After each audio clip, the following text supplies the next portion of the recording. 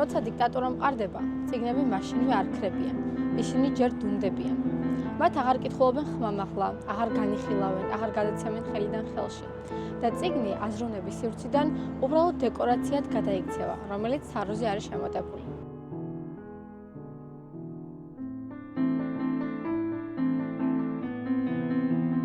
სისტემას არ ეშინია არც ქაღალდის და არც მელნის. მას ეშინია აზრის, რადგან აზრის სრული კონტროლი შეუძლებელია.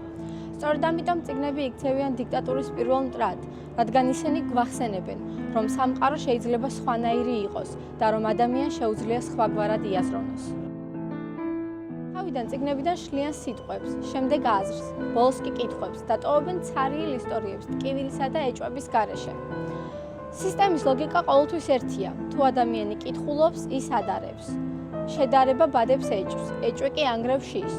სწორედ ამიტომ წიგნებს კრძალავენ და ავტორებს დევნიან.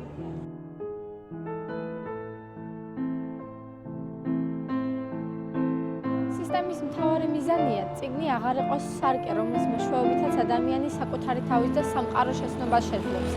არამედ გადააქციოს ის მყვრიე სარკეთ, რომლის მიღბაც მხოლოდ და მხოლოდ ბელადი ჩანს. დიქტატურა კლავს წიგნის არს, თავისუფალ დიალოგს და ტოვებს პროპაგანდით გაჯერებულ გარს.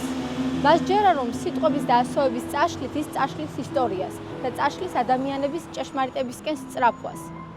სწორედ ამიტომ წიგნებს კრძალავენ, მალავენ, წვავენ და ცდილობენ დაგვაჯერონ, რომ ისინი არანაირ ღირებულებას არ წარმოადგენენ სოციუმისთვის.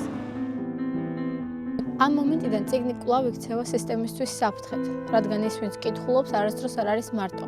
მის გვერდით არის სხვისი გამოცდილება, სხვისი კითხვები და სხვისი სიმამაცე. სწორედ ეს ასუსტებს დიქტატურას.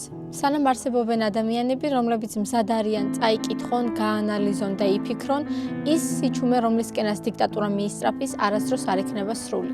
ეს ადამიანები, რომლებიც ქმნიდნენ წიგნებს და ავრცელებდნენ თავისუფლების იდეას, ხშირად რეჟიმის მხრიდან მომავალი რეპრესიების მსხვერპლი ხდებოდნენ, ხოლო ზოგი მათგანი უკიდურეს ზომას, თვითმკვლელობას მიმართავდა.